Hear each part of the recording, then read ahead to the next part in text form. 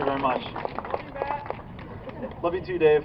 And thank you to all the Hilltop staff. I'm an RA over in Hilltop Apartments, and love you guys. Thank you so much for showing up. That means so much to me, and everyone that I know, and everyone that I don't know. This is amazing.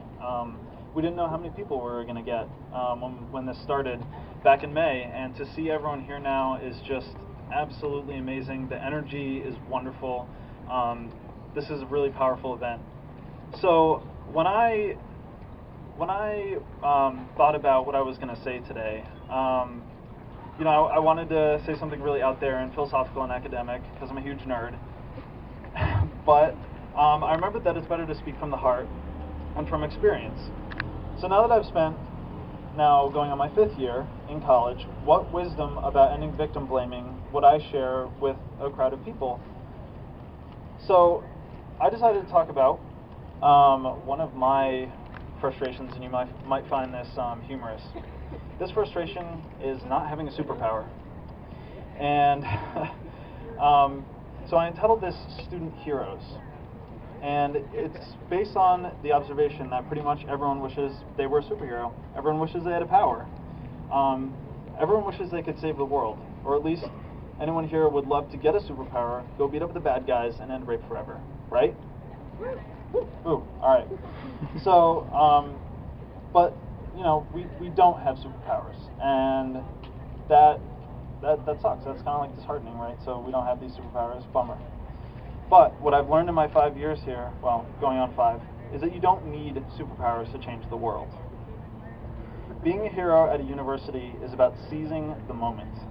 It's about seeing a situation that isn't equal, like the situations you've heard about today, taking a moment and applying that small amount of pressure that we have as people and getting involved when it counts.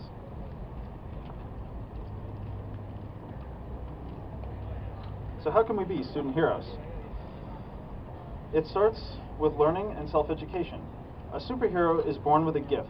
A student hero must cultivate theirs and practice it over time. We have to train it. So get out there, take a class on an issue you know nothing about, and let no amount of information satisfy your thirst for knowledge. Keep an open mind. And a huge part of this is to think critically. Think critically about the values and behaviors you enact in your daily life. I think it's so important for students to have a stabilizing experience when they come to a university. I'll speak from my own experience. I grew up in Fairfield County, and there's an interesting phrase that we have in Fairfield County. It's that we live in a bubble. And when I lived in that bubble, I'm seeing some nods out in the audience. Living in that bubble is weird because you do get these moments of reality where you see what's going on around you and you wonder what it's like on the other side. And it was amazing, absolutely amazing for me to come to this university as well as Dickinson College. I think we have some Dickinsonians in the audience. Awesome, love you guys. I transferred from Dickinson College, and I really hope that you all will talk about your protest last year during our open mic.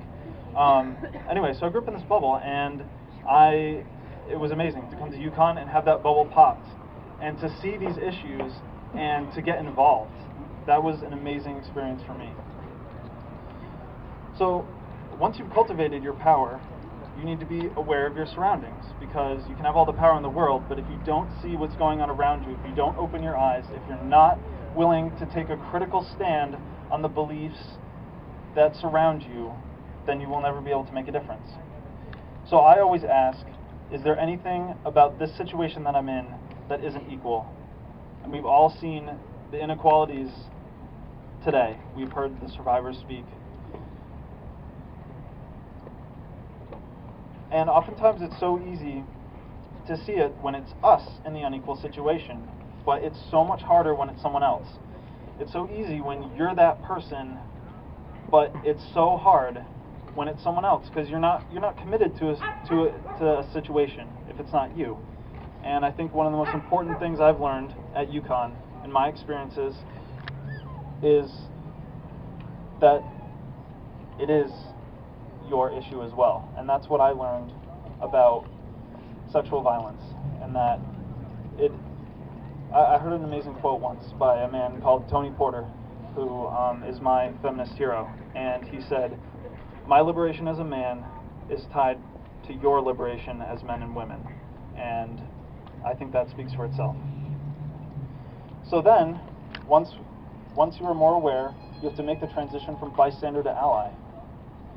It's about being on the outside of a situation and looking in. And it's like I said, it's so easy, right, when you're on the outside. But it's about looking at that situation and saying, that's not equal. This is wrong.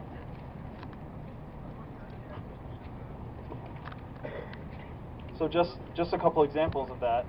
As an RA, I see a lot going on my floors. I hear back to the kitchen jokes. I hear that's so gay. All those kind of phrases that we say so offhandedly, but have such a huge impact on people's lives. Also, when you're out in public, or for example at a party, you see something that makes you perhaps a little concernicus, if I may quote Dane Cook. Perhaps it's some kind of intimidation. Perhaps someone is taking advantage of someone's altered state of mind. And most of the time, it's nothing, but you could see it get worse. And it's stepping in at that moment that doesn't save the world, but it saves someone's world. And what you do doesn't have to be drastic. It can be, hey, can I talk to you for a sec? You know, you see the victim say, hey, can I talk to you for a sec? Or, hey, you want to run outside real quick? You give them that out. That's what we call it. We call it giving them an out. A way to get away from that situation. Or break something. That's what I learned at the men's project, was that you just break something. You know, like, oh, crash. Oh, look, the vase is broken. Oh, bummer. But it's really hard to do that, right? And it takes a lot of guts. But it's those small things that have a huge impact on people's lives. For me, it took 2 New Year's resolutions and a lot of diversity training as an RA before I would even consider doing anything like this, standing up to this kind of culture. That took so long for me, but I'm finally here and I still have a long way to go. So what does this have to do with SlutWalk? So the interesting thing is that SlutWalk started as an email. And you've heard Rachel Stewart talk. SlutWalk started when Rachel Stewart saw an article about SlutWalk or SlutWalk UConn. She saw an article about SlutWalk on Cosmo, and she sent it to me. And I read it, and I was like, wow, this is really cool. This is an amazing way for people to be activists, to express themselves. And at first, I'll admit, I actually didn't think much of it. I read it and I thought this was cool, but I didn't do anything, right? So I was stuck in the bystander stage. But then, over the summer, I was at a Violence Against Women Prevention Program debriefing session, and the word slut came up in one of our orientation sessions for freshmen. Someone said it in a derogatory way.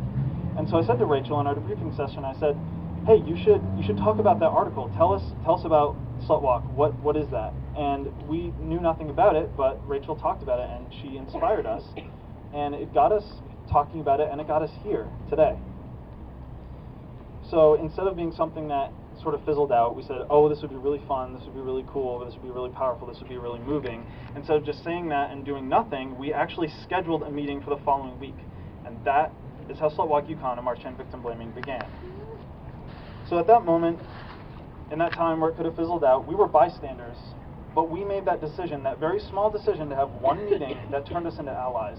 And I invite you to do the same thing. Be a student hero and make that decision to become an ally.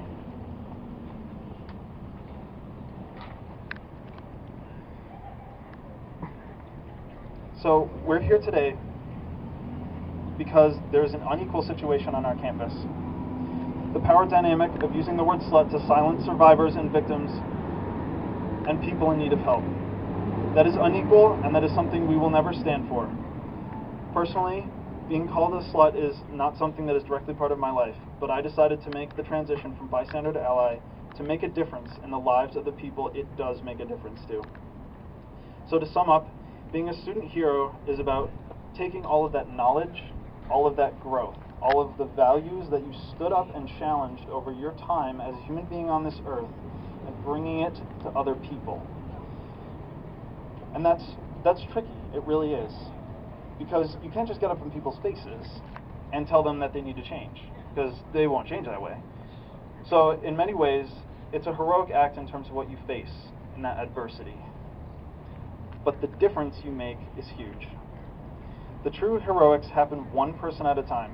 As a psych major, I learn about how people are connected. We look at huge relationship maps. If any of you social majors out there have seen those too, they're huge, and there's all these really crazy connection patterns, but those maps are based on a dyad, two people. It's that transmission from one person to the other that makes the difference, and that's how we get the ripple effect.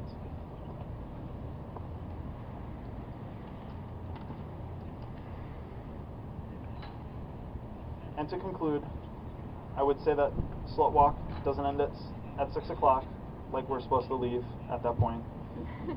It doesn't end tonight, it doesn't end Monday, and it doesn't end tomorrow. I will be walking on, forever changed, into my adult life. I will be making these changes. I will be seeking personal growth. I will be looking for inequalities in my environment. I will be challenging people's language. I will be standing up to sexism and rape culture. And I will be living the dual life of a student and a hero. Thank you very much.